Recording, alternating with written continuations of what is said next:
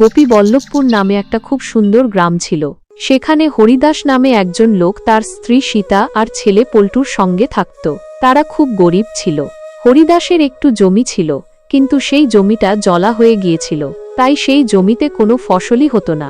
হরিদাস অনেক চেষ্টা করেছিল, কিন্তু তার জমি থেকে একদানা ধানও ফলাতে পারে। সকালে সে ঘুম থেকে উঠে আগে গরুকে ঘাস খাওয়ায়, তারপর সে সীতাকে বলে, সীতা, আমি কাজে চলে যাচ্ছি, আমার দেরি হয়ে গেছে, জমিদার বাবু আবার বকবে।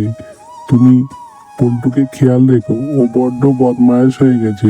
আর দুপুরের ভাতটা একটু পৌঁছে দিও, আমি আসতে পারবো না। আচ্ছা ঠিক আছে, আমি দুপুরের খাবার জমিদার বাবুর বাড়িতে পৌঁছে দিয়ে আসবো। আর পল্টুকে ঠিক মতো খেয়াল রাখবো, তুমি ভালোভাবে যাও। সীতা প্রতিদিন তার বাড়ি থেকে খাবার নিয়ে রাস্তার ধারে দাঁড়িয়ে থাকত। গ্রামের যারা যারা যাতায়াত করত তাদের কাছে সে এই খাবারটা দিয়ে বলতো, এই খাবারটা জমিদারের বাড়িতে পৌঁছে দিও। কিন্তু একদিন গ্রামের কেউই রাস্তা দিয়ে যাচ্ছিল না, তাই সীতা নিজেই ভাবল, আজ আমি নিজে গিয়ে জমিদার বাড়িতে খাবারটা দিয়ে আসি। এই ভেবে সে রওনা হলো। কিন্তু কিছু দূর যেতে না যেতেই হঠাৎ একটা সাপ এসে তাকে কামড়ে দিল। কামড়ে খাওয়ার সাথে সাথে সীতা বেহুশ হয়ে পড়ে গেল। তার ছোট্ট ছেলে পল্টু সেখানেই কান্না জুড়ে দিল আর গ্রামের লোকদের ডাকতে লাগল। কিছুক্ষণ পর গ্রামের লোকেরা এসে দেখল সীতা আর বাঁচে নেই। সবাই মিলে এই খবর জমিদারের কাছে নিয়ে গেল। জমিদার হরিদাস বাবুকে ডেকে বলা হলো, আপনার বাড়িতে একটা বিপদ হয়েছে, আপনি যান। হরিদাস বাবু তাড়াতাড়ি সেখানে এসে দেখল সীতা আর নেই। সে সীতার মাথাটা কোলে নিয়ে অনেক কাঁদল। হরিদাস বাবুর মাথায় যেন পাহাড় ভেঙে পড়ল। নিজের ছেলে পল্টুকে একা হাতে মানুষ করে তুলেছিল সে। অনেক বছর কেটে গেল। প্রায় ২০ বছর পর পল্টু অনেক বড় হয়ে গেল। সে তার বাবাকে খুশির খবর দিল, বাবা, আমি ইলেকট্রিক অফিসে চাকরি পেয়ে গেছি। হরিদাস বাবু খুশিতে আত্মহারা হয়ে গেল। পল্টু আরও বলল, তোমার আর কাজ করতে হবে না বাবা, আমার মাইনে ৫০,০০০ টাকা। বাড়িটা খুবই ভাঙাচুরা ছিল, তাই পল্টু বলল, বাবা, আমরা এতদিন ভাঙা ঘরে থাকবো কেন? একটা ভালো ঘরের প্রয়োজন। তারা দুজনে মিলে একটা বাড়ি মালিকের কাছে গিয়ে ঘর কিনতে চাইল। বাড়ি মালিক রাজি হলো। ২ লক্ষ টাকা দিয়ে তারা সেই বাড়িটা কিনে নিল। কিছুদিন পর হরিদাস বাবু পল্টুকে ডেকে বলল, আজকে তোর মেয়ের বাড়ি থেকে তোকে দেখতে আসবে, তোকে এবার বিয়ে করতে হবে। পল্টু খুশি হয়ে বলল, ঠিক আছে বাবা, আমি ঠিক সময় চলে আসব।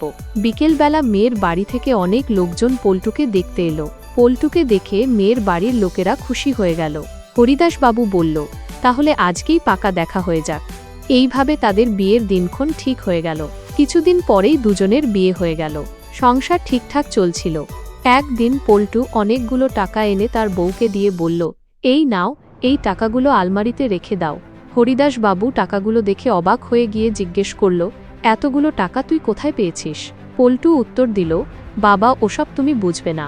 হরিদাস বাবু বলল, সৎ পথে থেকে এত টাকা ইনকাম করা যায় না। তুই এই টাকাগুলো কোথায় পেয়েছিস বল। পল্টু বলল, এসব ঘুষের টাকা। হরিদাস বাবু দুঃখের সঙ্গে বলল, আমি তোকে অনেক কষ্ট করে মানুষ করেছি, সৎ পথে বাঁচার চেষ্টা করেছি, তোকেও সৎ পথে নিয়ে যাওয়ার চেষ্টা করেছি। এই সব ঘুষ নিয়ে বড় লোক হওয়ার কোনো দরকার নেই। পল্টু বলল, ঠিক আছে বাবা। কিছুদিন পর আবার ফের একদিন পল্টু অনেকগুলো টাকা এনে তার বউকে দিয়ে বলল, এই টাকাগুলো আলমারিতে রেখে দাও। বউ জিজ্ঞেস করল, আবার এতগুলো টাকা কোথা থেকে পেয়েছো? পল্টু বলল, চুপ কর, তাড়াতাড়ি আলমারিতে রেখে আয়, বাবা দেখে ফেলবে। ওদিকে জানালা দিয়ে হরিদাস বাবু সব দেখে ফেলল। সে এসে পল্টুকে বলল, তোর এই ঘুষের টাকা আমি খেতে পারবো না। পল্টু বলল, ঠিক আছে, খেতে হবে না, এই টাকা আমি আমার বউয়ের জন্য ইনকাম করছি। এই কথাগুলো বলার পরে হরিদাস বাবু নিরাশ হয়ে চলে গেল। এই অংশে গল্পে দেখানো হয়েছে পল্টুর পরিবর্তন। পল্টু কিভাবে ধীরে ধীরে অসৎ পথে চলে গেল। হরিদাস বাবুর দুঃখ। তার ছেলের এই পরিবর্তন দেখে হরিদাস বাবু কতটা দুঃখ পেল। হরিদাস বাবু জমিদারের কাছে এসে সব কথা বললেন। জমিদার তাকে আশ্বস্ত করে বললেন, তুমি এখানেই থাকো আর কাজ করো, আমি তোমার জন্য একটা ঘর দিয়ে দেব। কিন্তু হরিদাস বাবু বললেন, আমার একটা ছোট্ট ঘর আছে, আমি সেখানেই থাকব। এদিকে পল্টু খুব চিন্তায় ছিল। সে ঘুষ নিয়ে ধরা পড়েছিল। তার বউ জিজ্ঞেস করলে পল্টু বলল, আমার সব টাকা ফেরত দিতে হবে এবং চাকরিও চলে গেছে। কিছুক্ষণ পর পুলিশ এসে তার বাড়ির তালা মেরে দিল। পল্টু জমিদারের কাছে গিয়ে সাহায্য চাইল।